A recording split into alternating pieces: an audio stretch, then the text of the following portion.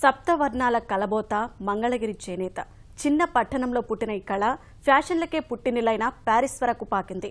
అద్భుత ఆకృతులతో అంతర్జాతీయ ఖ్యాతినార్జించిన మంగళగిరి నేత పరిశ్రమ ప్రస్తుతం తీవ్రమైన ఒడిదొడుకులు ఎదుర్కొంటోంది. లాభాలేక వ్యాపారులు జీతాలు సరిపోక కార్మికులు అల్లాడిపోతున్నారు. శతాబ్దాల మంగళగిరి బ్రాండ్ను కాపాడుకునేందుకు తంటాలు పడుతున్నారు. పేరు చెప్పగానే అందరికీ ముందుగా గుర్తొచ్చాయి ప్రధానంగా రెండు విషయాలు. ఒకటి లక్ష్మీ నరసింహస్వామి ఎత్తైన రాజగోపురం, రెండోది ఇంతకంటే ఉన్నతమైనటువంటి మంగళగిరి చేనేత హస్తకళ.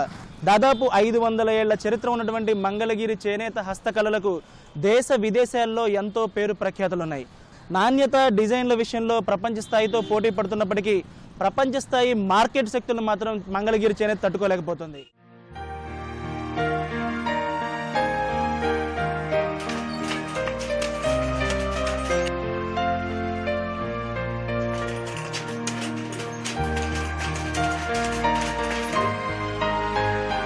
వందల ఏళ్ల చరిత్ర కలిగిన మంగళగిరి చేనేత జాతీయంగా అంతర్జాతీయంగా మంచి గుర్తింపు తెచ్చుకుంది. దేశంలోని ప్రముఖ నగరాలు, ఆధునిక ఫ్యాషన్లకు పుట్టినిల్లైన ప్యారిస్లోనూ మంగళగిరి వస్త్రాలు లభ్యమవుతున్నాయి. ఈ మధ్యే పీటర్ ఇంగ్లాండ్ షోరూంలలోనూ మంగళగిరి వస్త్రాలు అందుబాటులోకి వచ్చాయి. దుబాయ్, అమెరికా నుంచి డిమాండ్ ఉంది. మంగళగిరి వస్త్రాల విక్రయానికి ఆన్లైన్ స్టోర్లు ఉన్నాయి. అలాగే సీనియర్ నటీమణి జయసుధ మంగళగిరి చీరలను మనసు పడి కొంటారు.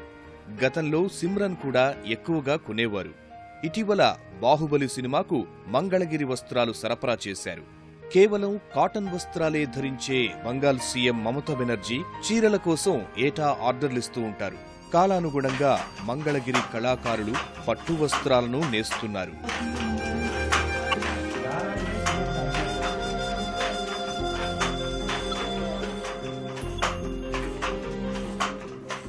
ప్రతి నేత వస్త్రానికి తనదైన గుర్తింపు ఉన్నట్లే నిజాం డిజైన్ మంగళగిరి వస్త్రాల ప్రత్యేకత. ఈ డిజైన్తో మంగళగిరి చేనేతకు మేధో సంపత్తి హక్కుల కింద 2009లో భౌగోళిక గుర్తింపు వచ్చింది. భారత చేనేత బ్రాండ్ కోసం 76 రకాల దుస్తులు పోటీ పడగా తెలుగు రాష్ట్రాల నుంచి రేస్లో నిలిచిన మంగళగిరి నేతన్న పణిదపు వీరాస్వామి తీర్చిదిద్దిన చీర నెంబర్ 1 బ్రాండ్గా గుర్తింపు పొందింది.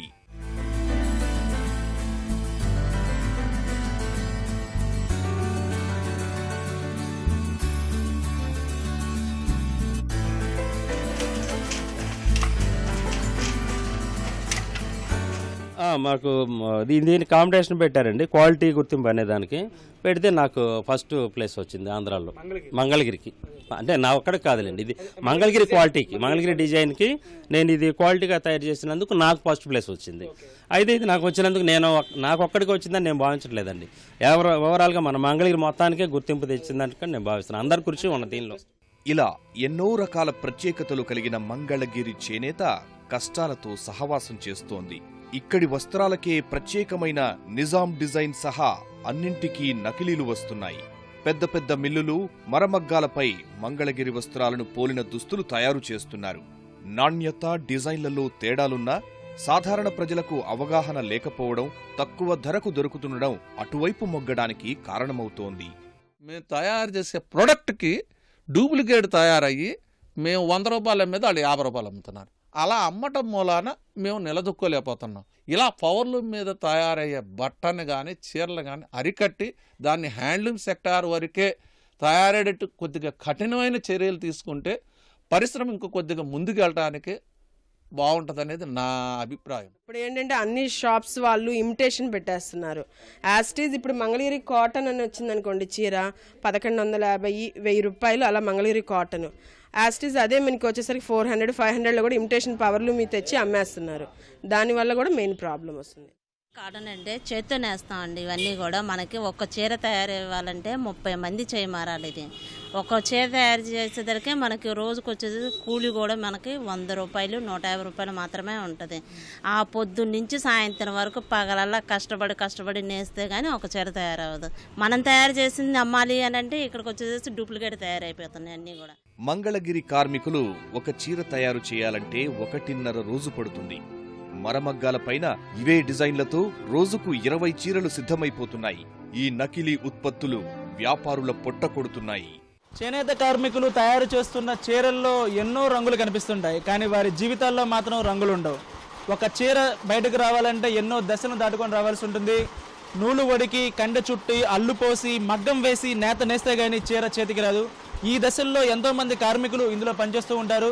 ఏ దశలో కూడా నేతన్నలకు సరైన ప్రోత్సాహం కానీ సరైన వేతనం కానీ లభించట్లేదు. దీనికి వచ్చి 110 అండి, 2 అరసలు అవుతాయి. 6 గంటలు పట్టింది. 6 గంటలు 110 రూపాయలు వస్తాయా? మాకు వేరే పని ఏమి లేదు, చేత కాదు, ఇదే పని. రోజుకి వచ్చి ఒక 80 రూపాయలు 70 రూపాయల కన్నా చేసుకోలేము. అంతవరకు 5 ఇంట్లో పని చేసి లడ్డీకి 2.5 వస్తుందండి. రోజుకి వచ్చి మాకు 150 కంటే పెంచి పడదండి. 100, 150 కంటే పెంచి పడదు. అంతే, 140 రూపాయలు 150 రూపాయల కంటే పెంచి పడదు.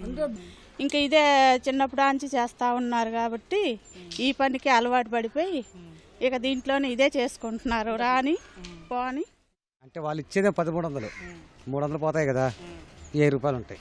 అది వారం సరిపెట్టుకోవడమే, సరిపెట్టుకోవాల్సిందే, లేక వేరే పనికి వెళ్ళలేం కదా, దాంట్లో సరిపెట్టుకోవాల్సిందే.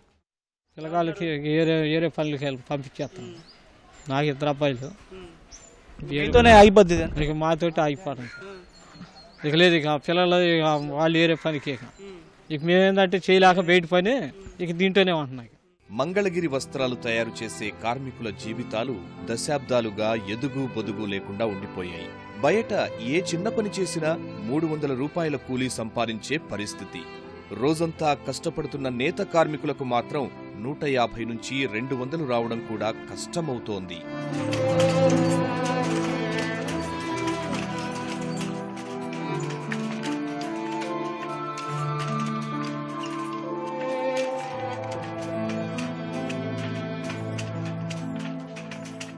మగ్గం నేసే వాళ్లతో పాటు ఆసు పోసేవారు, దారాలు తీసేవారికి దక్కుతోంది తక్కువే. ఇలాంటి పరిస్థితుల్లో ఈ రంగం నుంచి బయటకు వెళుతున్న వారే ఎక్కువ.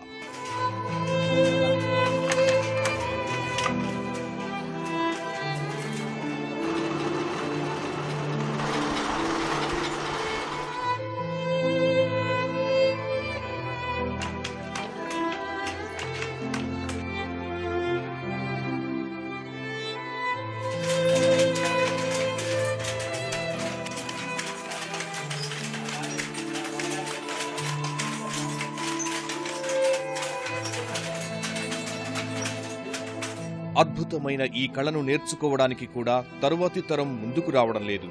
ఆదాయం తక్కువగా ఉండడంతో ప్రస్తుత తరం కూడా కుటుంబ సభ్యులను దూరంగా ఉంచుతున్నారు.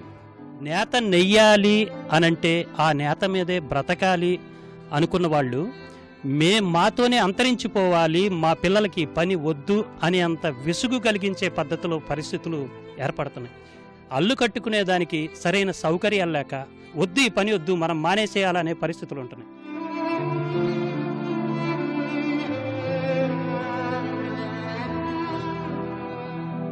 గిట్టుబాటు కాక ఆ మగ్గాలు కూడా తీసేసి చివరికి మా ఫ్యామిలీ, మా కుటుంబ సభ్యులు, మా కొడుకులను కూడా పక్క వ్యాపారానికి బలించడం జరిగింది. మా తర్వాత ఎవరు రానివ్వండి, మా పిల్లలు మేము రానిట్లేదు, అలాగే ఎవరు రానిట్లేదు. కారణం ఏంటంటే మేము పడుతున్నాం కదండి బాధలు, ఆ బాధలు మా పిల్లలు పడాలా. తర్వాత వాళ్ళు మరి రావటానికి కూలి ఉంటేగా, దీంట్లో కూలి ఉంటే కదా మొత్తానికి. బయట పనికి వెళ్తున్నారు, కూలి పెచ్చు ఉండాలి, కూలీలు ఆదాయం పెచ్చు పడాలి. రారండి అసలు, పిల్లల యూత్ ఎవ్వరు లేరు ఈ పనిలో మట్టుకు. ఇప్పుడు మేము పెట్టలేదు, ఇతర వాళ్ళు కూడా అసలు ఎవరు పెట్టరు. అసలు మాతోనే ఈ పని అయిపోయేలాగా ఉంది. ఎక్కడైనా చూసుకోండి, మా వయసు వాళ్ళు ఇంకా పెద్దోళ్లే కానీ చిన్నపిల్లలు ఎవ్వరు లేరు.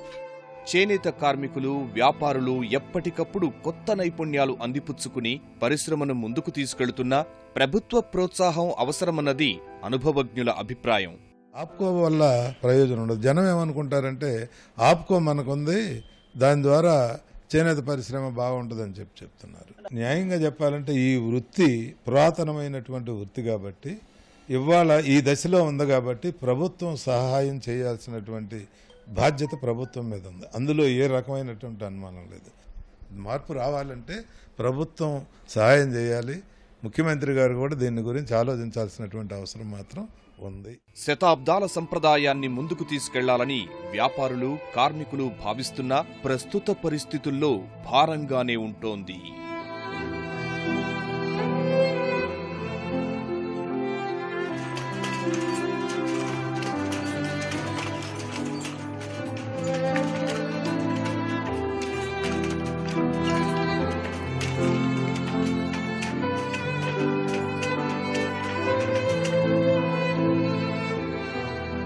అంతర్జాతీయ స్థాయిలో పేరు పొందిన మంగళగిరి కాటన్కు కాపీలు తయారవుతున్నాయి.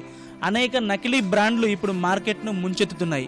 మంగళగిరిలో ఉన్నటువంటి వేలాది మంది ఇలాంటి చేనేత కార్మికుల కష్టాన్ని కార్పొరేట్ కంపెనీలు కాలరాస్తూ ఉన్నాయి. ఇలాంటి పరిస్థితుల్లో మంగళగిరి చేనేతకు చేయూతనివ్వాలని ఇక్కడ వారందరూ కోరుతున్నారు. మంగళగిరి నుంచి కెమెరామెన్ కేశవ్తో నాగేశ్వరరావు, ఈటీవీ న్యూస్.